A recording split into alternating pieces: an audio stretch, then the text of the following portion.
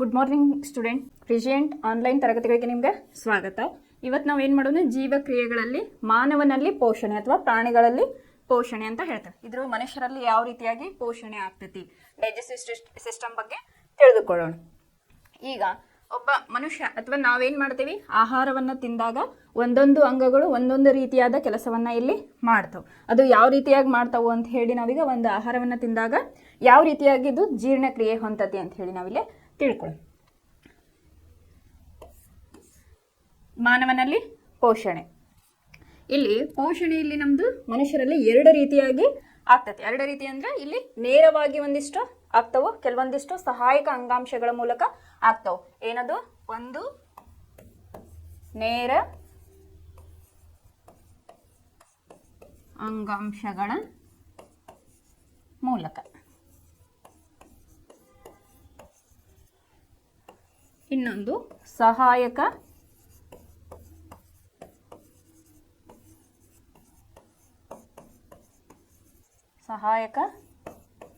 ಅಂಗಾಂಶಗಳ ಮೂಲಕ.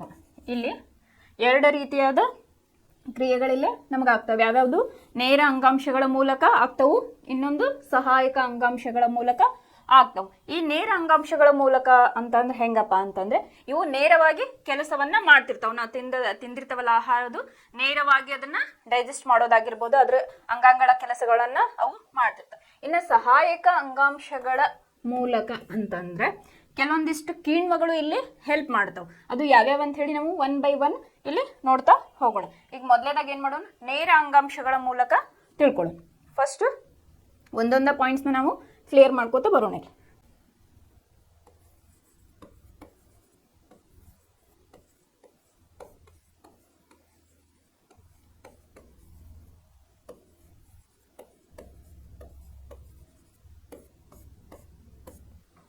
ನೇರ ಅಂಗಾಂಶಗಳ ಮೂಲಕ ಅಂತ ಹೇಳಿದೆ. ಈಗ ನಾವು ಆಹಾರವನ್ನ ತೆಗೆದುಕೊಂಡಾಗ ಏನಾಗ್ತತಿ, ನೇರವಾಗಿ ನಾವು ಬಾಯಿಯ ಮೂಲಕ ತಿಂತೇವೆ. ಹಂಗಂದ್ರೆ ನೇರ ಅಂಗಾಂಶಗಳು ಯಾವ್ಯಾವಾಯ್ತು, ಬಾಯಿ, ನೆಕ್ಸ್ಟ್ ಹಲ್ಲು, ಮತ್ತ ನಾಲಿಗೆ, ಮತ್ತ ಅನ್ನ ನಾಳ, ಸಣ್ಣ ಕರಳು, ಮತ್ತೆ ಯಾವುದು, ದೊಡ್ಡ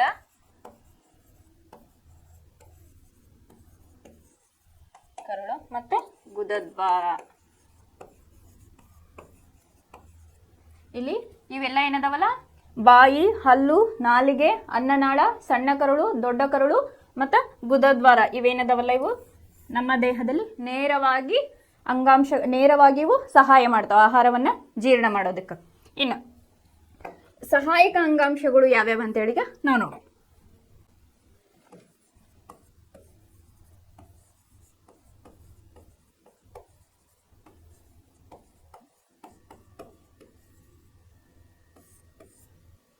ಸಹಾಯಕ ಅಂಗಾಂಶಗಳು ಇಲ್ಲಿ ನೇರವಾಗಿ ಅಂತಂದ್ರೆ ಅವು ಡೈರೆಕ್ಟ್ ನಮ್ಗೆ ಹೆಲ್ಪ್ ಮಾಡ್ತಿರ್ತಾವೆ ಡೈಜೆಷನ್ ಸಿಸ್ಟಮಿಗೆ. ಇವು ಸಹಾಯಕ ಅಂಗಾಂಶಗಳು ಅಂತಂದ್ರೆ ಯಾವ್ಯಾವ ಅಂತೇಳಿ ಫಸ್ಟ್ ನೋಡು. ಒಂದನೇದ್ದು ಲಾಲಾರಸ ಗ್ರಂಥಿ, ಎರಡನೇದ್ದು ಜಠರ ಗ್ರಂಥಿ, ಮೂರನೇದ್ದು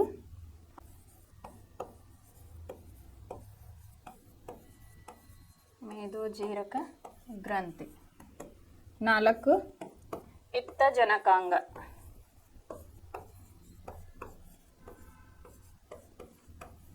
ಇವೇನದಾವಲ್ಲ ಇವ ಸಹಾಯಕ ಅಂಗಾಂಶಗಳ ಒಳಗ 4 ಗ್ರಂಥಿಗಳಲ್ಲಿ ನಮಗೆ ಸಹಾಯ ಮಾಡ್ತಾವೆ ಡೈಜೆಸ್ಟಿವ್ ಸಿಸ್ಟಮ್ಗೆ ಅಥವಾ ಆಹಾರ ಜೀರ್ಣವಾಗೋದಕ್ಕೆ.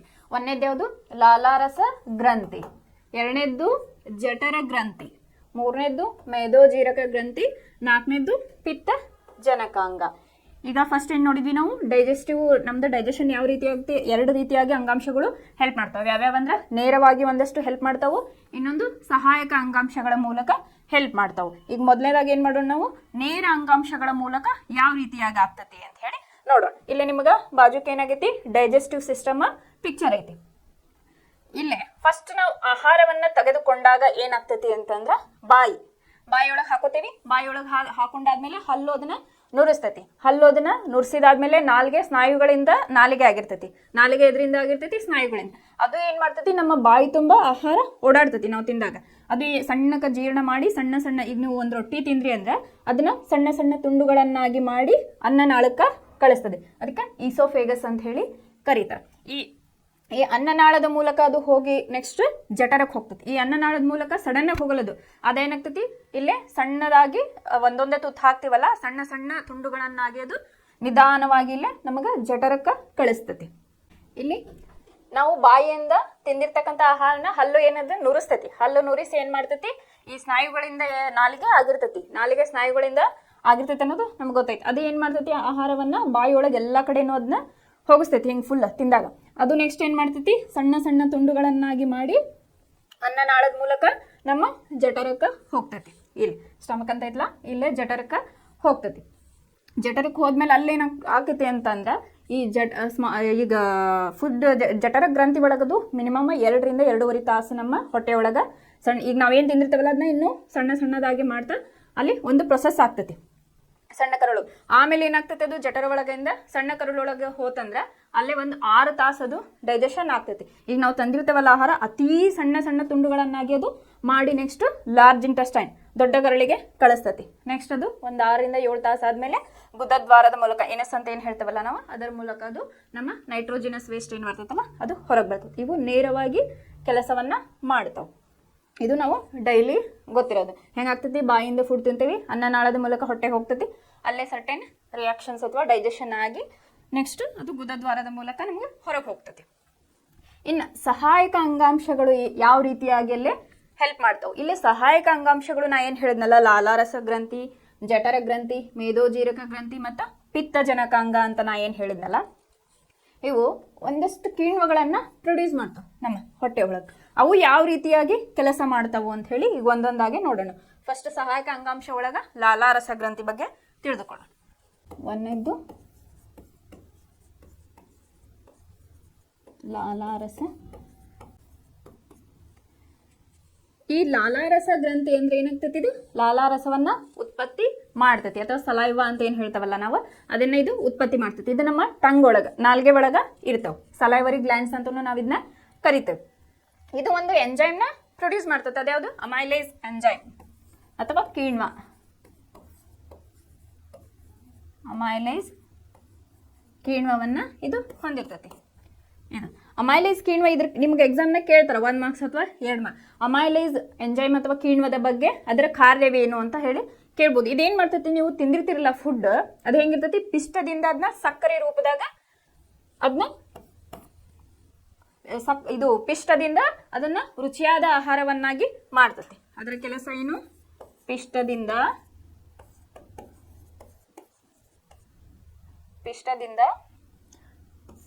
ಅದನ್ನ ರುಚಿಯಾದ ಆಹಾರವನ್ನಾಗಿ ಮಾಡ್ತೈತಿ.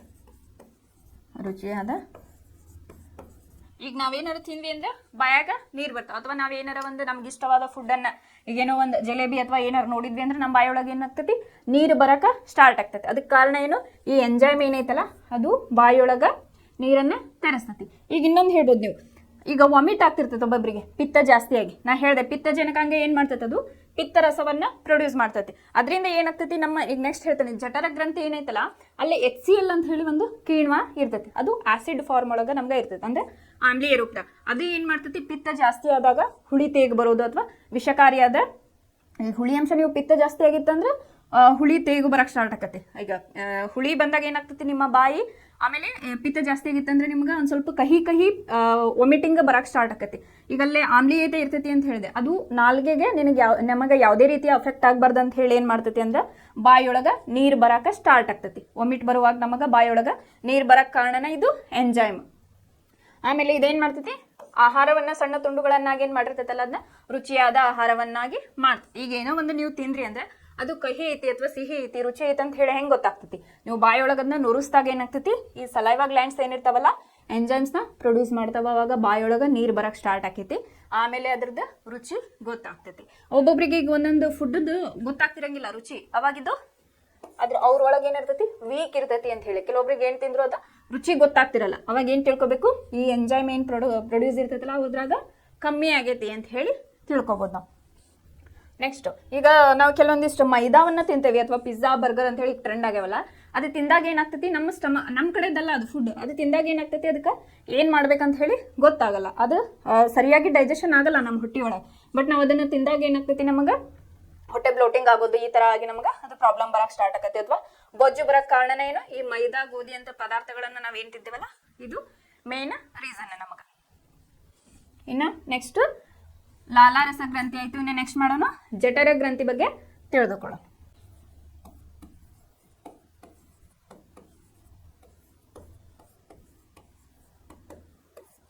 ಜಠರ ಗ್ರಂಥಿ ಅಂತ ಹೇಳಿ ಇದ್ರೊಳಗ 3 ಕಿಣ್ವಗಳು ಇರ್ತಾವ. ಜಠರ ಗ್ರಂಥಿ ಒಳಗ 3 ಯಾವ್ಯಾವ ಅಂದ್ರೆ HCl,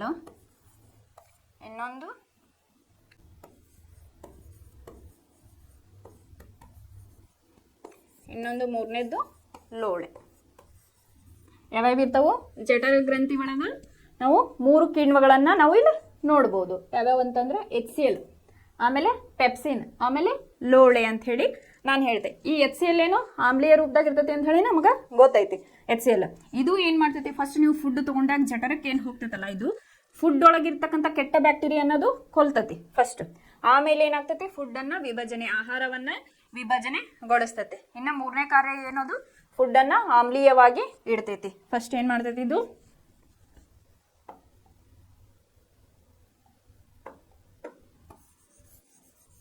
ಈಗ ನಿಮಗ ಕೇಳ್ಬೋದು ಜಠರ ಗ್ರಂಥಿ ಒಳಗ HCl ಕಿಣ್ವದ ಅಥವಾ HCl ದ ಪಾತ್ರ ಏನು ಅಂತ ಹೇಳಿ. ಮೊದಲನೇದಾಗ ಏನ್ ಮಾಡ್ತೈತೆ, ಅದು ಒಂದೇದು ಏನ್ ಮಾಡ್ತೈತೆ ಅಂತ ಹೇಳಿದೆ ನಾನು, ಇದನ್ನ ಕೆಟ್ಟ ಬ್ಯಾಕ್ಟೀರಿಯಾವನ್ನ ಕೊಲ್ಲುತ್ತದೆ.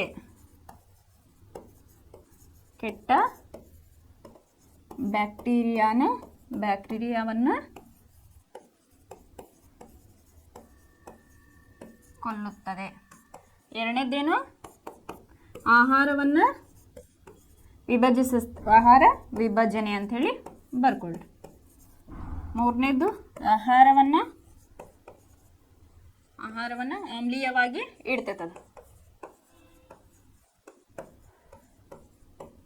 ಆಹಾರವನ್ನ ಆಮ್ಲೀಯತೆ ಅಂತ ಹೇಳಿ ಬರ್ಕೊಳ್ಳಿ. ಈ HCl ಕಾರ್ಯ ನಿಮಗೆ ಕೇಳ್ಬೋದು. ಈಗ ಜಠರ ಗ್ರಂಥಿ ಒಳಗೆ HCl ಕಿಣ್ವದ ಅಥವಾ HCl ದ ಕಾರ್ಯವೇನು ಅಂತ ಹೇಳಿ 2 ಮಾರ್ಕ್ಸ್ ಕೇಳಿದಾಗ ಏನ್ ಮಾಡ್ತೈತಿ, ಫಸ್ಟ್ ನೀವ್ ಏನ್ ತಿಂದಿರ್ತೀರಲ್ಲ ಫುಡ್ ಒಳಗ ಕೆಟ್ಟ ಬ್ಯಾಕ್ಟೀರಿಯಾ ಅನ್ನೋದು ಕೊಲ್ತೈತಿ.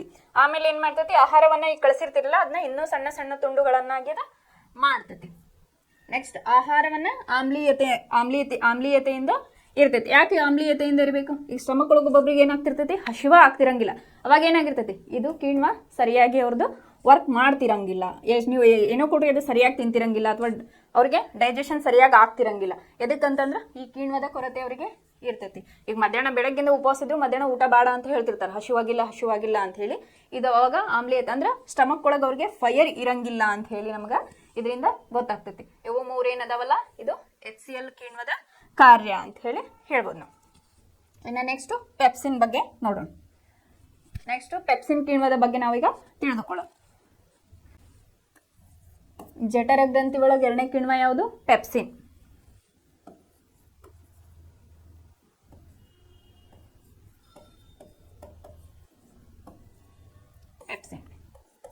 ಈಗ HCl ಏನ್ ಮಾಡ್ತು, ಫುಡ್ಡನ್ನ ಆಮ್ಲೀಯ ರೂಪದಾಗ ಇಡ್ತು, ಅದು ಪ್ರೋಟೀನ್ ರೂಪದಾಗ ಆಯ್ತು. ನಮಗೀಗ ಡೈಜೆಷನ್ ಸ್ವಲ್ಪ ಮಟ್ಟಿಗೆ ಅದು ಡೈಜೆಷನ್ ಆಯ್ತು. ಇದೇನ್ ಮಾಡ್ತೈತಿ, ನೆಕ್ಸ್ಟ್ ಪ್ರೋಟೀನ್ ಇಂಟು ಪೆಪ್ಟೋನ್ ಆಗಿ ಕನ್ವರ್ಟ್ ಮಾಡ್ತೈತಿ. ಪ್ರೋಟೀನ್ ಟು ಪೆಪ್ಟೋನ್ ಆಗಿದ್ದು ಕೆಲಸ ಮಾಡ್ತೈತಿ. ಯಾವುದು, ಪೆಪ್ಸಿನ್ ಏನ್ ಮಾಡ್ತೈತಿ, ಪ್ರೋಟೀನ್ ಆಗಿರ್ತದೆ. ನಾವೀಗ ತಿಂದಿದ್ದು ಆಹಾರ ಏನಾಗ್ತೈತಿ, ಪ್ರೋಟೀನ್ ರೂಪದಾಗಿರ್ತೈತಿ. ನೆಕ್ಸ್ಟ್ ಅದನ್ನ ಪೆಪ್ಟೋನ್ ಆಗಿ ಅದು ಕನ್ವರ್ಟ್ ಮಾಡ್ತೈತಿ. ಇದು ಪೆಪ್ಸಿನ್ ಇದೇನೈತಲ್ಲ ಇದಕ್ಕೆ ಆಮ್ಲೀಯವಾಗಿರ್ಬೇಕು ಫುಡ್ ಅಂದಾಗ ಮಾತ್ರ ಅದು ಕ್ರಿಯೆ ಆಗ್ತಿರ್ತೈತಿ. ಇದು ಕಾರ್ಯ ಪ್ರೋಟೀನ್ ಇದ್ದಿದ್ದ ಆಹಾರವನ್ನ ಪೆಪ್ಟೋನ್ ಆಗಿ ಕನ್ವರ್ಟ್ ಮಾಡ್ತೈತಿ. ಇನ್ನು 3ನೇದು ಯಾವ್ದು ಹೇಳ್ದೆ ನಾನು, ಲೋಳೆ. ಈಗ ಫುಡ್ ಡೈಜೆಷನ್ ಆಗ್ಬೇಕಂದ್ರೆ ಫೈರ್ ಇರ್ಬೇಕು, HCl ಚೆನ್ನಾಗಿ ವರ್ಕ್ ಮಾಡ್ತಿರ್ಬೇಕು. ಹೌದು, ಈಗ HCl ಅದು ಆಮ್ಲೀಯತೆ ಇರ್ತೈತಲ್ಲ ಅದನ್ನ ತಡ್ಕೋಬೇಕಲ್ಲ ಜಠರ, ಅವಾಗ ಏನ್ ಮಾಡ್ತೈತಿ ಇದು ಲೋಳೆ 3ನೇದು ಏನೈತಲ್ಲ ಅದು ಒಂದು ಲೇಯರ್ನ ಪ್ರೊಟೆಕ್ಟಿವ್ ಲೇಯರ್ ಆಗಿಲ್ಲೇ ಕೆಲಸ ಮಾಡ್ತೈತಿ. ನಮ್ಮ ಜಠರ ಒಳಗೆ ಅದೇನ್ ಮಾಡ್ತೈತಿ, ಪ್ರೊಟೆಕ್ಟಿವ್ ಲೇಯರ್ ಆಗ್ಯದು ಕೆಲಸವನ್ನ ಲೋಳೆ ಮಾಡ್ತಾ ಇರ್ತದೆ. ಅಂದ್ರೆ ಆಮ್ಲೀಯತೆ, ಅದಕ್ಕೆ ಆಮ್ಲೀಯತೆಯಿಂದ ಆಸಿಡ್ ಏನಿರ್ತೈತಲ್ಲ ಅದರಿಂದ ನಮ್ಮ ಜಠರಕ್ಕೆ ಏನು ತೊಂದರೆ ಆಗ್ಬಾರ್ದು ಅಂತ ಹೇಳಿದ್ರು ಲೋಳೆ ಕೆಲಸ ಮಾಡ್ತಿರ್ತೈತಿ. ಈಗ ಒಬ್ಬೊಬ್ರು ಕೇಳಿರ್ಬೋದು ನೀವು, ಈಗಿನ ಜನ್ರೇಷನ್ ಒಳಗೆ ಹೆಚ್ಚಿಗೆ ಆಗೈತಿ ಯಂಗ್ಸ್ಟರ್ಸ್ ಅಲ್ಲ, ಏನು ಅಸಿಡಿಟಿ ಮತ್ತು ಗ್ಯಾಸ್ಟ್ರಿಕ್ ಅಂತ ಹೇಳಿ. ಈ ಅಸಿಡಿಟಿ ಯಾಕೆ ಆಕೈತಿ ಗ್ಯಾಸ್ಟ್ರಿಕ್? ಈಗ ನಮ್ಗೆ ಟೈಮ್ ಊಟ ಮಾಡ್ತಿರ್ತೀವಿ. ಫಾರ್ ಎಕ್ಸಾಂಪಲ್ ನಾನು 9 ಗಂಟೆಗೆ ನಾಷ್ಟ ಮಾಡ್ತೀನಿ, 1 ಗಂಟೆ 2 ಗಂಟೆಗೆ ಊಟ ಮಾಡ್ತಿರ್ತೀನಿ. ಈಗ ಮಾಡ್ಬೇಕಾದ್ರೆ ಏನಾಗ್ತೈತಿ, ನಾವು ಟೈಮ್ನ ಮಿಸ್ ಮಾಡ್ತೀವಿ. ಟೈಮ್ನ ಮಿಸ್ ಮಾಡಿದಾಗ ಈಗ 9 ಗಂಟೆಗೆ ನಾಷ್ಟ ಮಾಡೋಕ್ಕಾಗಲಿಲ್ಲ, ನಂದೇನೋ ಒಂದು ಕೆಲಸದ ಪ್ರೆಷರ್ ಒಳಗೆ ಏನಾಗ್ತೈತಿ ನನಗೆ ಮಾಡೋಕ್ಕಾಗಲ್ಲ. ಈಗ 10 ಗಂಟೆ ಆಯ್ತು, ಅವಾಗ ನಿಮ್ಮ ಸ್ಟಮಕ್ ಒಳಗೆ ಏನಾಗ್ತೈತಿ, ಅದ್ರ ಕೆಲಸ ಏನಿರ್ತೈತಲ್ಲ HCl ಅದು ಮಾಡ್ತಾನೆ ಇರ್ತೈತಿ. ನೀವು ಡೈಲಿ ಹೆಂಗೆ ಅದಕ್ಕೆ ಪ್ರಿಪೇರ್ ಮಾಡಿರ್ತಾರಲ್ಲ, ಟೈಮ್ ಇದೇ ಟೈಮ್ಗೆ ಫುಡ್ ತಿನ್ನೋದು, ಅದ್ರ ಕೆಲಸ ಆ ಟೈಮಿಗೆ ಮಾಡ್ತಾನೆ ಇರ್ತೈತದ. ಈಗ ಹಸಿವಾದಾಗ ಏನಾಗ್ತದೆ, ಹೊಟ್ಟೆ ಒಳಗೆ ಸೌಂಡ್ ಬರಕ್ಕೆ ನಿಲ್ತೈತಿ, ಹೊಟ್ಟೆ ಚೂರು ಅಂತಿರುತ್ತೆ. ಅದು ಯಾಕಂತಂದ್ರೆ HCl ತನ್ನ ಕಾರ್ಯವನ್ನದು ಮಾಡಕ್ಕೆ ಸ್ಟಾರ್ಟ್ ಆಗಿರ್ತೈತಿ, ನನಗೆ ಫುಡ್ ಬೇಕಂತ ಹೇಳಿ ಅದ್ರ ಕೆಲಸ ಅದು ಮಾಡ್ತಾನೆ ಇರ್ತೈತಿ. ಬಟ್ ನಾವೇನು ಮಾಡ್ತೀವಿ, ಆಸಿಡ್ ಅದು ನನಗೆ ಫುಡ್ ಬೇಕಂತ ಹೇಳ್ತಿರ್ತೈತಿ, ನಾವೇನು ಮಾಡ್ತೀವಿ, ನೀರು ಕುಡಿತೀವಿ ಅವಾಗ ಹಸಿವಾದಾಗ. ಅದೇನು ಮಾಡ್ತೈತಿ, ಅದನ್ನ ಆಮ್ಲೀಯತೆಯಿಂದ ಪ್ರತ್ಯಾಮ್ಲೀಯತೆಯಾಗಿ ಮಾಡ್ತೈತಿ. ಈ ರೀತಿ ಆಗೋದ್ರಿಂದ ಏನಾಗ್ತೈತಿ, ಅಸಿಡಿಟಿ ಮತ್ತು ಗ್ಯಾಸ್ಟ್ರಿಕ್ ಪ್ರಾಬ್ಲಮ್ ಇದೇನು ಕೀಣ್ಮ ಇರ್ತೈತಲ್ಲ, ಇದು ಹೆಚ್ಚು ಕಮ್ಮಿ ಆಗೋದ್ರಿಂದನ ಅದು ರೋಗಗಳು ಬರಾಕ ನಮಗೆ ಸ್ಟಾರ್ಟ್ ಆಗ್ತೈತಿ. ಅದು ಹೆಂಗೆ ನಾವು ಅದನ್ನ ಬಿಡ್ತಾ ಹೋಗ್ತೀವಲ್ಲ, ಅದು ಸಿವಿಯರ್ ಆಗಿ ನಮಗೆ ಕಾಣ್ತಾ ಹೋಗ್ತೈತಿ. ಈಗಿನ ಜನ್ರೇಷನ್ ಒಳಗೆ ಅದು ಜಾಸ್ತಿ ಆಗುತ್ತೆ. ಮೇನ್ ಅದಕ್ಕೆ ಕಾರಣ ಅಂದ್ರೆ ಟೈಮ್ ನಾವು ಫುಡ್ಡನ್ನು ತೊಗೊಳ್ತಾ ಇಲ್ಲ. ಯಾಕಂದ್ರೆ ನಮ್ಮ ಆರ್ಗನ್ಗಳು ಹೆಂಗದಾವಂದ್ರೆ ಅದಕ್ಕೆ ಕೆಲಸ ಅವು ಮಾಡ್ತಿರ್ತಾವೆ. ಇವನ್ ನಮ್ಮ ಬಾಡಿ ಹೆಂಗೈತಿ ಅಂತಂದ್ರೆ, ಈ ಆರ್ಗನ್ಸ್ಗಳು ಅವಕ್ಕೂ ಒಂದೊಂದು ಟೈಮಿಂಗ್ ಇರ್ತೈತಿ. ಈಗ ಹೆಂಗಂತಂದ್ರೆ ಮಾರ್ನಿಂಗ್ ಅದು ಸ್ಟಮಕ್ ಕೆಲಸ ಮಾಡ್ತಿರ್ತೈತೆ. ಬಟ್ ಆ ಟೈಮ್ನಾಗ ನಾವು ಏನು ಮಾಡ್ತಿರ್ತೇವೆ ಅಂತಂದ್ರೆ, ಬೆಳಗ್ಗೆ ಟೈಮ್ನಾಗ ಚಾ ಕುಡಿಯೋದು, ಬಿಸ್ಕಿಟ್ ತಿನ್ನೋದು ಮಾಡ್ತೇವೆ. ಅದು ಏನಾಗ್ತೈತಿ, ನಮಗೆ ಗ್ಲೂಕೋಸ್ ಆಗಿ ನಮಗೆ ಶಕ್ತಿಯಾಗಿ ಕನ್ವರ್ಟ್ ಮಾಡ್ತಿರ್ತೈತಿ. ಅವಾಗ ನಾವು ಬೆಳಗ್ಗೆ 8 ಗಂಟೆ 9 ಗಂಟೆಗೆ ನಾಷ್ಟ ಮಾಡೋ ಟೈಮ್ನಾಗ ಚಾ ಕುಡಿತೀವಿ. ಅದರಿಂದ ಏನಾಗ್ತೈತಿ, ಸ್ಟಮಕ್ಗೆ ಹೋಗ್ತೈತಲ್ಲ, ಅದು ಸರಿಯಾದ ಪ್ರೋಟೀನ್ ನಮಗೆ ಸಿಗೋದಿಲ್ಲ. ಅವಾಗ ನಮ್ಗೆ ಅಶಕ್ತರಾಗೋ ಚಾನ್ಸಸ್ ಇರ್ತೈತೆ. ಅದರಿಂದ ಈಗ ಚಾ ಕುಡಿಯೋದ್ರಿಂದ ಪಿತ್ತಾಗೋ ಕಾರಣನೇ ಇದು. ಹಸಿವಾದ ಟೈಮ್ನಾಗ ನಾವು ಚಾ ಕುಡಿತೇವೆ. ಒಬ್ಬೊಬ್ರು ಏನು ಮಾಡ್ತಿರ್ತಾರೆ, ಊಟ ಮಾಡಿದಾದ್ಮೇಲೆ ಚಾ ಕುಡಿತಾರೆ. ಆ ರೀತಿಯಾಗಿ ಮಾಡಬಾರ್ದು. ಆಮೇಲೆ ಇನ್ನೊಂದ್ಸಲ ಏನು ಮಾಡ್ತೇವೆ, ನಾವು ಯಾವುದಾದ್ರೂ ಒಂದು ಟೇಸ್ಟಿ ಫುಡ್ ಅಥವಾ ಊಟ ಮಾಡ್ಬೇಕಾದ್ರೆ ಹೆವಿ ಫುಡ್ಡನ್ನು ನಾವು ತೊಗೊಳ್ತೇವೆ. ಅದು ತೊಗೊಳೋದ್ರಿಂದ ಏನಾಗ್ತೈತಿ ಅಂತಂದ್ರೆ, ಈಗ ನಮ್ಮ ಬಾಡಿ ನೀರಿಂದ ಆಗೈತಿ. ಈಗ ಒಂದು ಸ್ಟಮಕ್ಕಿಗೆ ಒಂದು ಕೆಪಾಸಿಟಿ ಇರ್ತೈತಿ. ಈಗ ನಾವೇನು ಮಾಡ್ತೀವಿ, ಚಲೋ ಆಯ್ತಪ್ಪ ಊಟ ಅಂತ ಹೇಳಿ ಏನು ಮಾಡ್ತೀವಿ, ಜಾಸ್ತಿ ತೊಗೋತೇವೆ. ಇದು ಹೆಂಗಿರ್ತೈತಿ ಅಂದ್ರೆ, ನಮ್ಮ ಸ್ಟಮಕ್ ಒಳಗೆ ಒಂದು 65% ಏನಾರ ಫುಡ್ ಇತ್ತಂದ್ರೆ, ಇನ್ನು ಒಂದು 30 to 35% ಏನಿರಬೇಕು, ನೀರಿರಬೇಕು. ಅಂದಾಗ ಮಾತ್ರ ನಿಂದು ಡೈಜೆಷನ್ ಆಗ್ತೈತಿ. ಆಮೇಲೆ ಜಠರ ಒಳಗೆ ಏನು ಹೋಗ್ತೈತಲ್ಲ, ಸಣ್ಣ ಕರುಳೊಳಗೆ ಊಟ, ಅದು ಮಿನಿಮಮ್ 6 ತಾಸು ಈ ಗ್ರಂಥಿಗಳೊಳಗೆ ಏನಾಗ್ತೈತಿ, 1-2.5 ತಾಸು ಇಲ್ಲೇ ಇರ್ತೈತೆ.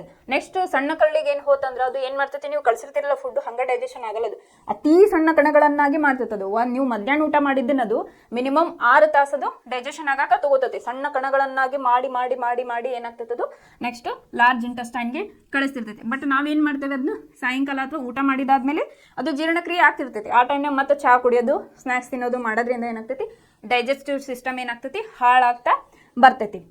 ಅದರಿಂದ ಹಲವಾರು ರೋಗಗಳು ಬರಾಕ ಸ್ಟಾರ್ಟ್ ಆಗ್ತೈತಿ.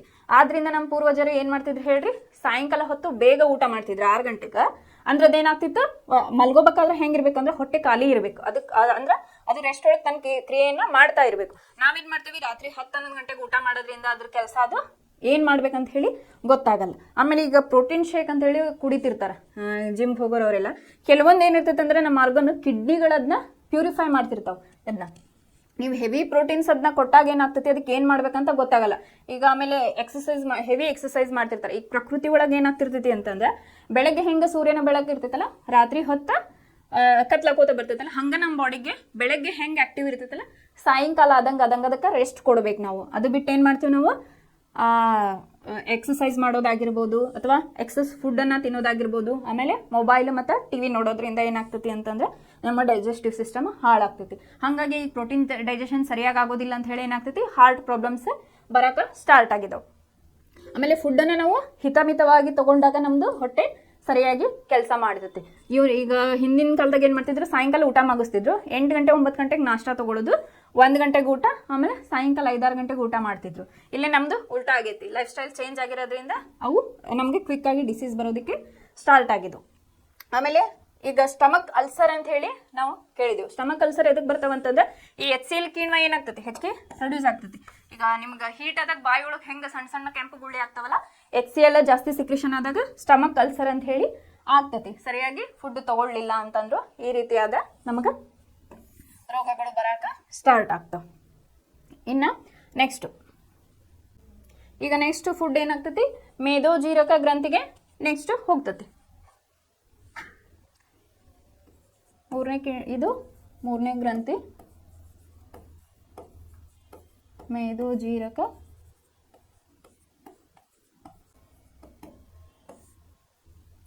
ಮೇದೋಜೀರಕ ಗ್ರಂಥಿ. ಈ ಮೇದೋಜೀರಕ ಗ್ರಂಥಿಗೆ ಫುಡ್ ಹೋಗ್ಬೇಕು ಅಂತಂದ್ರೆ ಏನಾಗಿರ್ಬೇಕು, ಈಗ ಆಸಿಡ್ ಫಾರ್ಮ್ ಒಳಗೆ ಏನಿತ್ತಲ್ಲ HCl ಅವೆಲ್ಲ ಪೆಪ್ಸಿನ್ ನಾ ಏನು ಹೇಳಿದ್ನಲ್ಲಿ ಲೋಳೆ ರೂಪದಾಗಲ್ಲ 3 ಕಿಣ್ವಗಳು ವರ್ಕ್ ಮಾಡ್ತಾವೆ, ಅದು ಆಮ್ಲೀಯ ಫಾರ್ಮ್ನಾಗ ಇತ್ತು. ಈಗ ಫುಡ್ ಡೈಜೆಷನ್ ಆಗ್ಬೇಕಂದ್ರೆ ನಮ್ಮ ಹೊಟ್ಟೆ ಒಳಗೆ ಫೈರ್ ಇರ್ಬೇಕಂತ ಹೇಳಿ ಆ ಕಿಣ್ವಗಳು ಕೆಲಸ ಮಾಡ್ತಾವೆ. ಈಗ ನೆಕ್ಸ್ಟ್ ನಿಮ್ಮದು ಮೇದೋಜೀರಕ ಗ್ರಂಥಿಗೆ ಬರ್ಬೇಕಂದ್ರೆ ಫುಡ್ ಅದು ಏನಾಗಬೇಕು, ಪ್ರತ್ಯಾಮ್ಲೀಯತೆಯಿಂದ ಕೂಡಿರ್ಬೇಕಂದ್ರೆ ಆಸಿಡ್ ಫಾರ್ಮ್ ಟು ಬೇಸ್, ಆಮ್ಲೀಯತೆಯಿಂದ ಪ್ರತ್ಯಾಮ್ಲೀಯತೆಗೆ ಹೋಗಿರ್ಬೇಕು. ಈ ಮೇದೋಜೀರಕ ಗ್ರಂಥಿ ಕೆಲಸ ಮಾಡಬೇಕಪ್ಪ ಅಂತಂದ್ರೆ ಏನು ಮಾಡಬೇಕು, ನಮ್ಮ ಯಕೃತ್ ಏನೈತಲ್ಲ ಪಿತ್ತಜನಕಾಂಗ ಏನೈತಲ್ಲ ಅದು ಸರಿಯಾಗಿ ಪಿತ್ತರಸವನ್ನು ನಮಗಿಲ್ಲೇ ಪ್ರೊಡ್ಯೂಸ್ ಮಾಡ್ತಾ ಇದ್ದಾಗ ಮಾತ್ರ ಅದೇನಾಗ್ತೈತಿ ನಮಗೆ ಅದು ಡೈಜೆಷನ್ ಆಮ್ಲೀಯತೆ ಇದ್ದಿದ್ದು ಪ್ರತ್ಯಾಮ್ಲೀಯವಾಗಿ ಇಲ್ಲೇ ಕನ್ವರ್ಟ್ ಆಗ್ತೈತಿ. ಇಲ್ಲೇ ಇಲ್ಲೇ ಟ್ರಿಪ್ಸಿನ್, ಆಮೇಲೆ ಇನ್ನೊಂದು ಯಾವುದು ಲೈಪೇಸ್, ಇಲ್ಲ ಮೂರನೇದು ಮೇದೋಜೀರಕ ಅಮೈಲೇಸ್. ಇಲ್ಲ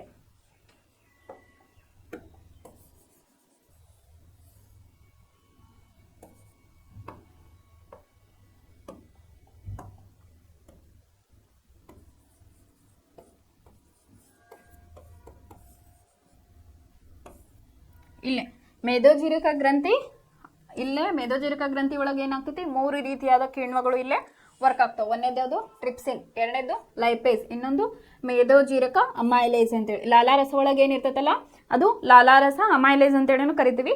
ಈ ಮೇದೋಜೀರಕ ಗ್ರಂಥಿ ಒಳಗೆ ಏನಿರ್ತೈತಲ್ಲ ಇದನ್ನ ಮೇದೋಜೀರಕ ಅಮೈಲೇಸ್ ಅಂತ ಹೇಳಿ ಕರಿತೀವಿ. ಆಮೇಲೆ ಇನ್ನೊಂದು, ಈಗ ಸಣ್ಣ ಕರಳಿಗೆ ಏನು ಫುಡ್ ಹೋಗ್ತೈತಲ್ಲ ಅಲ್ಲೇನಾಗ್ತಿರ್ತೈತಿ, ಅಲ್ಲೇ ಸಂಕುಚಿತ ಸ್ನಾಯುಗಳು ಇರ್ತಾವೆ. ಅವು ಏನು ಮಾಡ್ತಾವೆ, ಫುಡ್ಡನ್ನು ಡೈಜೆಷನ್ ಮಾಡೋಕೆ ಹೆಲ್ಪ್ ಮಾಡ್ತಾವೆ. ಅಲ್ಲೇ ಸ್ನಾಯುಗಳಿಂದ ಮಾಡಲ್ಪಟ್ಟಿರ್ತದೆ. ಅವಕ್ಕೆ ಏನಂತಾರೆ, ಸಣ್ಣ ಕರಳಿನೊಳಗಿರೋದಕ್ಕೆ ಸಂಕುಚಿತ ಸ್ನಾಯುಗಳು ಅಂತ ಹೇಳಿ ಕರೀತಾರೆ. ಇನ್ನು ಮೇದೋಜೀರಕ ಗ್ರಂಥಿ ಒಳಗೆ ಟ್ರಿಪ್ಸಿನ್ ಅಂತ ಹೇಳಿದೆ.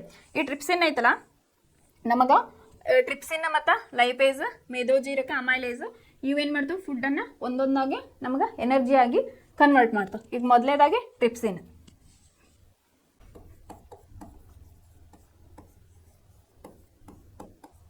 ಟ್ರಿಪ್ಸಿನ್ ಇದು ಪ್ರೋಟೀನ್ನ ಅಮೈನೋ ಆಸಿಡ್ ಆಗಿ ಕನ್ವರ್ಟ್ ಮಾಡ್ತಾವೆ. ಆಮೇಲೆ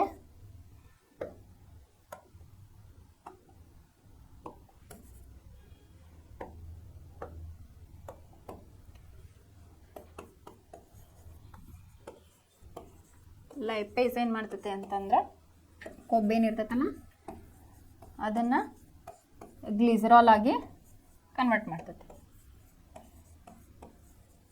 ಇನ್ನು ಮೂರನೇದು ಮೇದೋಜೀರಕ ಅಮೈಲೇಸ್, ಇದು ಕಾರ್ಬೋಹೈಡ್ರೇಟ್ ಇದ್ದಿದ್ದು ಗ್ಲೂಕೋಸ್.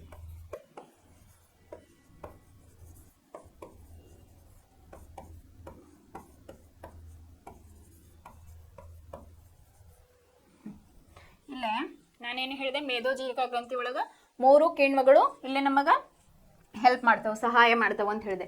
ಒಂದನೇದು ಟ್ರಿಪ್ಸಿನ್, ಎರಡನೇದು ಲೈಪೇಸ್, ಇನ್ನೊಂದು ಮೇದೋಜೀರಕ ಅಮೈಲೇಸ್ ಅಂತ ಹೇಳಿ ಕರೀತಾರೆ. ಈಗ ಏನು ಮಾಡ್ತಾರೆ ನಿಮ್ಗೆ ಎಕ್ಸಾಮ್ ಒಳಗೆ, ಟ್ರಿಪ್ಸಿನ್ನ ಕಾರ್ಯವೇನು ಅಥವಾ ಲೈಪೇಸ್ನ ಕಾರ್ಯವೇನು ಅಥವಾ ಮೇದೋಜೀರಕ ಅಮೈಲೇಸ್ನ ಕಾರ್ಯಗಳೇನು ಅಂತ ಹೇಳಿ, ಮೇದೋಜೀರಕ ಗ್ರಂಥಿ ಒಳಗೆ ಇವುಗಳ ಕಾರ್ಯಗಳೇನು ಅಂತ ಹೇಳಿ ಕೇಳ್ತಾರೆ. ಈ ಟ್ರಿಪ್ಸಿನ್ ಏನಿರ್ತೈತಲ್ಲ ಇದೇನು ಮಾಡ್ತೈತಿ, ಪ್ರೋಟೀನನ್ನು ಅಮೈನೋ ಆಸಿಡ್ ಆಗಿ ನಮಗೆ ಕನ್ವರ್ಟ್ ಮಾಡ್ತೈತಿ. ಇದು ಇದರ ಕೆಲಸ. ಇನ್ನು ಲೈಪೇಸ್ ಏನು ಮಾಡ್ತೈತಿ, ಕೊಬ್ಬೇನು ಶೇಖರಣೆ ಆಗಿರ್ತೈತಲ್ಲ ಅದನ್ನ ಗ್ಲಿಸರಾಲ್ ಆಗಿ ಕನ್ವರ್ಟ್ ಮಾಡ್ತದೆ. ಇನ್ನು ಮೇದೋಜೀರಕ ಅಮೈಲೇಸ್ ಏನು ಮಾಡ್ತದೆ, ಕಾರ್ಬೋಹೈಡ್ರೇಟ್ ಆಗಿರ್ತೈತಲ್ಲ ಫುಡ್ ಅದನ್ನ ಗ್ಲೂಕೋಸ್ ಆಗಿಲ್ಲೇ ನಮಗೆ ಕನ್ವರ್ಟ್ ಮಾಡ್ತೈತಿ. ಈ ಗ್ಲೂಕೋಸ್ ಏನು ನಮಗೆ ಶಕ್ತಿಯನ್ನು ಕೊಡೋದು. ಈಗ ಫುಡ್ ತಿಂದಾಗ ನಮಗೆ ಎನರ್ಜಿ ಬರ್ತೈತಲ್ಲ ಅದು ಮಾಡೋದೇ ಅದು ಕಾರ್ಬೋಹೈಡ್ರೇಟಿಂದ ಗ್ಲೂಕೋಸ್ ಆಗಿ ನಮಗೆ ಶಕ್ತಿಯಾಗಿ ಅದು ಕನ್ವರ್ಟ್ ಇಲ್ಲ ಆಗ್ತೈತಿ. ಇವು ಏನೈತಿ ಮೇದೋಜೀರಕ ಗ್ರಂಥಿ ಒಳಗೆ ಈ 3 ಕಿಣ್ವಗಳ ಕಾರ್ಯಗಳು ಅಂತ ಹೇಳಿ. ಇನ್ನು 4ನೇದು ಯಾವುದದು, ಪಿತ್ತ.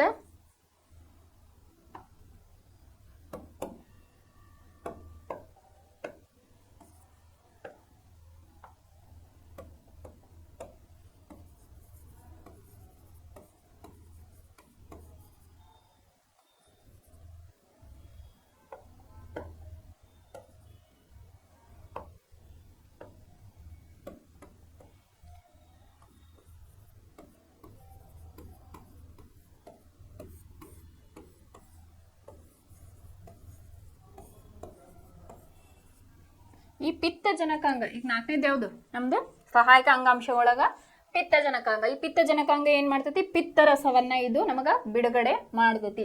ಇದು ಸರಿಯಾಗಿ ಪ್ರಮಾಣದಲ್ಲಿ ಬಿಡುಗಡೆ ಆದಾಗ ಮಾತ್ರ ಮೇದೋಜೀರಕ ಗ್ರಂಥಿ ಏನೈತಲ್ಲ ಅದು ಕೆಲಸ ಮಾಡ್ತೈತಿ. ಅವು ಕೆಲಸ ಮಾಡ್ಬೇಕಂತಂದ್ರ ಪಿತ್ತರಸ ಸರಿಯಾಗಿ ಇಲ್ಲಿ ಯಕೃತಿ ಏನ್ ಮಾಡ್ತಿರ್ಬೇಕು, ಸರಿಯಾಗಿ ಅದನ್ನ ಬಿಡುಗಡೆ ಮಾಡ್ತಾ ಇರಬೇಕು. ಏನಪ್ಪಾ ಇದು ಪಿತ್ತರಸ ಅಂತ ಹೇಳಿ ಒಬ್ಬೊಬ್ರು ಹೇಳ್ತಿರ್ತಾರೆ ಪಿತ್ತ ಆಗೈತಿ ಅಂತ ಹೇಳಿ.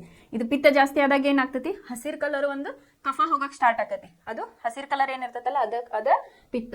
ಕಂಟಿನ್ಯೂಸ್ ಹುಳಿ ತಿಂದಾಗ ಏನಾಗ್ತೈತಿ, ಹುಳಿ ತೆಗ್ ಬರೋದು ಅಥವಾ ಹುಳಿಯಾದ ಒಂದು ಒಮಿಟ್ ಆಗೋದು. ಹಸಿರು ಕಲರ್ ಏನಿರ್ತೈತಲ್ಲ ಅದೇನದು ಪಿತ್ತ ಅಂತ ಹೇಳಿ ನಾವಿಲ್ಲ ಕರಿತೇವೆ. ಇನ್ನ ನೆಕ್ಸ್ಟ್ ಸಣ್ಣ ಕರಳೊಳಗ ಆಹಾರ ಹೋಯ್ತಂದ್ರೆ ನಾ ಏನ್ ಹೇಳಿದೆ, ಮಿನಿಮಮ್ 6 ತಾಸದ ಡೈಜೆಷನ್ ಮಾಡ್ತೈತಿ. ಅಲ್ಲಿ ಏನಾಗಿರ್ತೈತಿ, ಒಂದಿಷ್ಟು ಸಣ್ಣ ಕರಳೊಳಗೆ ಏನಾಗಿರ್ತೈತಿ ವಿಲೈ ಅಂತ ಹೇಳಿ ಕರಿತೇವೆ. ಅದು ಬೆರಳಿನಿಂದ ಸ್ಟ್ರಕ್ಚರ್ಸ್ ಗಳನ್ನ ಹೊಂದಿರ್ತೈತಿ. ಅದು ಏನ್ ಮಾಡ್ತೈತಿ, ಈ ಫುಡ್ ಏನಿರ್ತೈತಲ್ಲ ಅದು ಎಲ್ಲ ಅಬ್ಸಾರ್ಬ್ ಮಾಡ್ಕೊಳಕ ಹೆಲ್ಪ್ ಮಾಡ್ತೈತಿ. ಈಗ ತಿಂದ್ವಿ ಆಯ್ತು, ಫುಡ್ ನಮ್ಗೆ ಎನರ್ಜಿ ಬಂತು. ನೆಕ್ಸ್ಟ್ ಏನ್ ಮಾಡ್ತೈತೆ, ಎನರ್ಜಿ ಬರಾಕ ನಮ್ಮ ಪ್ರತಿಯೊಂದು ಜೀವಕೋಶಗಳಿಗೆ ಅದು ಏನು ಗ್ಲೂಕೋಸ್ ಆಗಿ ಕನ್ವರ್ಟ್ ಆಗಿರ್ತೈತಲ್ಲ ಶಕ್ತಿ, ಪ್ರತಿಯೊಂದು ಜೀವಕೋಶಗಳಿಗೆ ಅದು ಏನ್ ಮಾಡ್ತೈತಿ, ಅದನ್ನ ಕಳಿಸ್ತೈತಿ. ಆಮೇಲೆ ಯಾವ್ದಾದ್ರ ಜೀವಕೋಶಗಳು ಅಭಿವೃದ್ಧಿ ಆಗ್ಬೇಕಂತಂದ್ರೆ ಅದು ನಮ್ಗ ಶಕ್ತಿ ಏನಿರ್ತೈತಲ್ಲ ಹೋಗ್ತೈತಿ. ನಾವೇನ್ ತಿಂದಿರ್ತೇವಲ್ಲ ಆಹಾರದ ಗ್ಲೂಕೋಸ್ ಆಗಿ ಕನ್ವರ್ಟ್ ಆಗಿದ್ದೇನಾಗ್ತೈತಿ, ಪ್ರತಿ ಜೀವಕೋಶಗಳಿಗೆ ಹೋಗಿ ಶಕ್ತಿಯನ್ನ ತುಂಬಿಸ್ತೈತಿ. ಅಥವಾ ಜೀವಕೋಶಗಳ ಅಭಿವೃದ್ಧಿ, ಹೊಸ ಜೀವಕೋಶಗಳ ಅಭಿವೃದ್ಧಿ ಇಲ್ಲೇ ಆಗ್ತೈತಿ.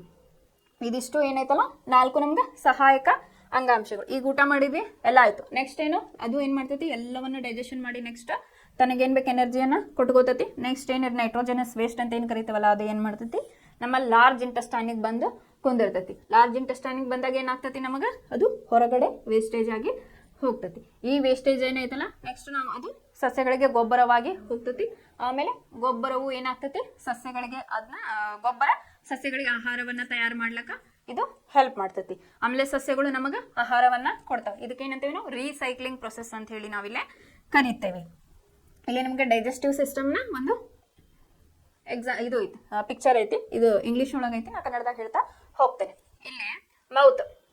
ಇಲ್ಲೇ ಮೌತ್ ಐತಿ. ಇಲ್ಲಿಂದ ಫುಡ್ ತಗೊಂಡ್ರಿ ಅಂದ್ರೆ ಇಲ್ಲಿ ನಾ ಹೇಳಿದೆ ಸಲೈವರಿ ಗ್ಲ್ಯಾಂಡ್ಸ್ ಇರ್ತಾವ ಅಂತ ಹೇಳಿ, ಲಾಲಾರಸ ಗ್ರಂಥಿ ಅಂತ ಹೇಳಿ ಕರಿತೇವೆ. ಅದೇನ್ ಮಾಡ್ತೈತಿ, ಫುಡ್ ಅನ್ನ ಸಣ್ಣದಾಗಿ ನುಡ್ತೈತಿ, ಅದಕ್ಕೆ ರುಚಿಯನ್ನ ಕೊಡ್ತೈತಿ. ಪಿಷ್ಟದಿಂದ ಅದೇನಾಗ್ತೈತಿ, ರುಚಿಕರವಾದ ಆಹಾರವನ್ನ ಮಾಡ್ತೈತಿ. ನಮಗೆ ರುಚಿ ಗೊತ್ತಾಗ್ತೈತಿ. ಈಗ ಹಾಗಲಕಾಯಿ ತಿಂದಾಗ ಅದು ವಿಷ ಐತಿ ಅಥವಾ ಆಮೇಲೆ ಏನೋ ರೊಟ್ಟಿ ಪಲ್ಯ ಅದು ತಿಂದಾಗ ಅದು ರುಚಿ ಐತೆ ಅನ್ನೋದು ನಮಗೆ ಗೊತ್ತಾಗ್ತೈತಿ. ನೋಡಿದ ತಕ್ಷಣ ಅದು ರುಚಿ ಹೇಳಕ್ ಬರಲ್ಲ. ಅವಾಗ ಇದು ಏನಾಗ್ತೈತಿ, ಸಲೈವರಿ ಗ್ಲ್ಯಾಂಡ್ಸ್ ವರ್ಕ್ ಆಗ್ತೈತಿ. ನೆಕ್ಸ್ಟ್ ಅನ್ನನಾಳ ಈಸೋಫೈಗಸ್ ಮೂಲಕ ಅದು ಸಣ್ಣ ಸಣ್ಣ ಹಿಗ್ಗೋದು ಕುಗ್ಗೋದು ಆಗ್ತಿರ್ತೈತಿ. ಇಲ್ಲಿ ನೀವು ತಿನ್ನಬೇಕಾದ್ರೆ ನೋಡ್ರಿ, ಅದ ಸಣ್ಣ ಸಣ್ಣ ಕಣಗಳನ್ನಾಗಿ ಮಾಡಿ, ಸಣ್ಣ ಸಣ್ಣ ನೀವು ತಿಂದಿರ್ತೀರಲ್ಲ ಅದನ್ನ ಸಣ್ಣ ಸಣ್ಣ ಕಣಗಳನ್ನಾಗಿ ಮಾಡಿ ಅದು ಜಠರಕ್ಕೆ ಕಳಿಸ್ತೈತಿ. ಇಲ್ಲೇ ಜಠರಕ್ಕೆ ಏನ್ ಮಾಡ್ತೈತಿ, ಲಿವರ್ ಐತಿ. ಲಿವರ್ ಅದರ ಕೆಲಸವನ್ನ ಮಾಡ್ತಿರ್ತೈತಿ, ಪಿತ್ತರಸವನ್ನ ಬಿಡುಗಡೆ ಮಾಡೋದು. ಈ ಜಠರಕ್ಕೆ ಬಂತಂದ್ರೆ ನಾ ಏನ್ ಹೇಳಿದೆ, ಅಲ್ಲೇ ಒಂದು 6 ತಾಸು ಇಟ್ಕೋತದ. ಜಠರ ಒಳಗೆ ಸಣ್ಣ ಕರುಳು ಏನೈತಲ್ಲ 6 ತಾಸದನ್ನ ಫುಡ್ ಇಟ್ಕೊಂಡು ಏನ್ ಮಾಡ್ತೈತಿ, ಅತಿ ಸಣ್ಣ ಸಣ್ಣ ಕಣಗಳನ್ನಾಗಿ ಮಾಡಿ ಅದು ಎನರ್ಜಿಯಾಗಿ ಕನ್ವರ್ಟ್ ಮಾಡ್ತೈತಿ. ಆಮೇಲೆ ಸ್ಮಾಲ್ ಇಂಟೆಸ್ಟೈನ್ ಟು ಲಾರ್ಜ್ ಇಂಟೆಸ್ಟೈನ್ಗೆ ಹೋಗ್ತೈತಿ. ಇಲ್ಲಿ ಸ್ಮಾಲ್ ಇಂಟೆಸ್ಟೈನ್ ಇದಾವಲ್ಲ, ಇಲ್ಲೇ ಸ್ಮಾಲ್ ಇಂಟೆಸ್ಟೈನ್ಗೆ ಫುಡ್ ಏನಾಗ್ತೈತಿ, ಡೈಜೆಷನ್ ಆಗಿ ನೆಕ್ಸ್ಟ್ ಬ್ಯಾಡಾದ ನೈಟ್ರೋಜಿನಸ್ ವೇಸ್ಟ್ ಏನಿರ್ತೈತಲ್ಲ ಅದನ್ನ ದೊಡ್ಡ ಕರಳಿಗೆ ಕಳಿಸ್ತೈತಿ. ನೆಕ್ಸ್ಟ್ ಏನಸ್ ಮೂಲಕ, ಗುದದ್ವಾರ ಅಂತ ಏನ್ ಕರಿತೀವಲ್ಲ ನಾವು, ಅದರ ಮೂಲಕ ಅದು ವೇಸ್ಟೇಜ್ ಹೊರಗೆ ಹೋಗ್ತೈತಿ. ಇದೇನು ಹ್ಯೂಮನ್ ಡೈಜೆಸ್ಟಿವ್ ಸಿಸ್ಟಮ್ ಬಗ್ಗೆ ನಾವಿವತ್ತ ಕಲಿತ್ವಿ. ಇದೇನೈತಲ್ಲ ಈಗ ನಮ್ದು ಹ್ಯೂಮನ್ ಡೈಜೆಸ್ಟಿವ್ ಸಿಸ್ಟಮ್, ಇದು ಮನುಷ್ಯರಲ್ಲಿ ಆಗ್ತಕ್ಕಂಥ ಬಹುಕೋಶೀಯ ಜೀವಿಗಳಲ್ಲಿ ಆಗ್ತಕ್ಕಂಥ ಒಂದು ಕ್ರಿಯೆ. ಇನ್ನು ಏಕಕೋಶಿ ಜೀವಿಗಳ ಬಗ್ಗೆ ನಾನು ಹೇಳಿದೆ. ಏಕಕೋಶಿ ಜೀವಿಗಳು ಅದಕ್ಕೆ ಎಕ್ಸಾಂಪಲ್ ಏನು ಹೇಳಿದೆ, ಫಾರ್ ಎಕ್ಸಾಂಪಲ್ ಅಮೀಬಾವನ್ನ ನಾವೀಗ ತೆಗೆದುಕೊಳ್ಳೋಣ. ಅಮೀಬಾ ಹೆಂಗಿರ್ತೈತಿ, ಶೇಪ್ಲೆಸ್. ನೀವು ಹೆಂಗೆ ತೆಗೆದ್ರು ಅದು ಅಮೀಬಾ ಆಗ್ತೈತಿ. ಇದಕ್ಕೆ ನ್ಯೂಕ್ಲಿಯಸ್ ಅಂತ ಹೇಳ್ತಾರೆ. ಇವಕ್ಕೆ ಏನಾಗಿರ್ತೈತಲ್ಲ, ಇದಕ್ಕೆ ಫಿಂಗರ್ ಲೈಕ್ ಪ್ರೊಜೆಕ್ಷನ್ಸ್ ಅಥವಾ ಇವು ಬೆರಳನೆ ಆಕಾರದಾಗ ಇರ್ತೈತಿ. ಇಲ್ಲ, ಇದು ನ್ಯೂಕ್ಲಿಯಸ್. ಇದಕ್ಕೆ ಮಿಥ್ಯಪಾದ ಅಂತ ಹೇಳಿ ಕರಿತೇವೆ. ಮಿಥ್ಯಪಾದ ಅಂತ ಹೇಳಿ ಇವು ಬೆರಳು ಲೈಪ್ ಸ್ಟ್ರಕ್ಚರ್ಸ್ ಇರ್ತಾವ.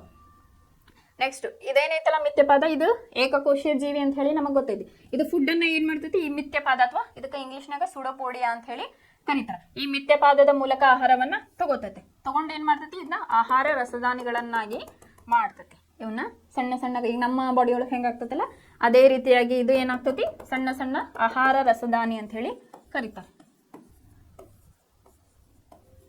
ಆಹಾರ ರಸದಾನಿಗಳು ಅಂತ ಹೇಳಿ ನಾವು ಇವನ್ನ ಕರಿತೇವೆ. ಇದು ಏನ್ ಮಾಡ್ತೈತಿ, ಫುಡ್ ಅನ್ನ ಈ ರೀತಿಯಾಗಿ ಮಿಥ್ಯಪಾದದ ಮೂಲಕ ತಗೊಂಡು ಅದನ್ನ ಸಣ್ಣ ಸಣ್ಣ ಕಣಗಳನ್ನಾಗಿ ಮಾಡ್ತೈತಿ. ಇದಕ್ಕೆ ಆಹಾರ ದಾನಿ ಅಂತ ಹೇಳಿ ಕರಿತೇವೆ. ಈ ಫಿಂಗರ್ ಲೈಕ್ ಪ್ರೊಜೆಕ್ಷನ್ಸ್ ಅದಾವಲ್ಲ ಇವಕ್ಕೆ ನಾವು ಮಿಥ್ಯಪಾದ ಅಂತ ಹೇಳಿ ಕರಿತೇವೆ. ನೆಕ್ಸ್ಟ್ ಏನ್ ಮಾಡ್ತೈತದ, ತನಗೆಲ್ಲ ಬೇಕಾಗಿದ್ದ, ಈಗ ನಾ ಹೇಳಿದೆ ಈಗ ನಾವೇನು ಮಾಡ್ತೀವಿ, ನಮಗೆ ಮನುಷ್ಯರಲ್ಲಿ ಒಂದೊಂದು ಡೈಜೆಷನ್ ಆಗ್ಬೇಕಂದ್ರೆ ಅದಕ್ಕೆ ಒಂದೊಂದು ಆರ್ಗನ್ ಅದು. ಬಟ್ ಇದಕ್ಕೆ ಒಂದೇ ಜೀವಕೋಶದಿಂದ ತನ್ನೆಲ್ಲ ಪೋಷಣೆ ಮಾಡ್ಕೊಂತಿರ್ತೈತಿ, ಉಸಿರಾಟವನ್ನ ಮಾಡ್ತಿರ್ತೈತಿ, ಸಾಗಾಣಿಕೆಯನ್ನ ಮಾಡ್ತಿರ್ತೈತಿ, ಮತ್ತು ವಿಸರ್ಜನೆಯನ್ನು ಕೂಡ ಮಾಡ್ತಿರ್ತೈತಿ. ಇದು ವಿಸರ್ಜನೆ ಹೆಂಗೆ ಮಾಡ್ತೈತಿ ಅಂತಂದ್ರೆ ಯಾವುದೋ ಒಂದು ಹೊರ ಮೇಲ್ಮೈ ಐತಲ್ಲ ಅದರಿಂದ ಅದು ಹೊರಗಾಗ್ತೈತಿ.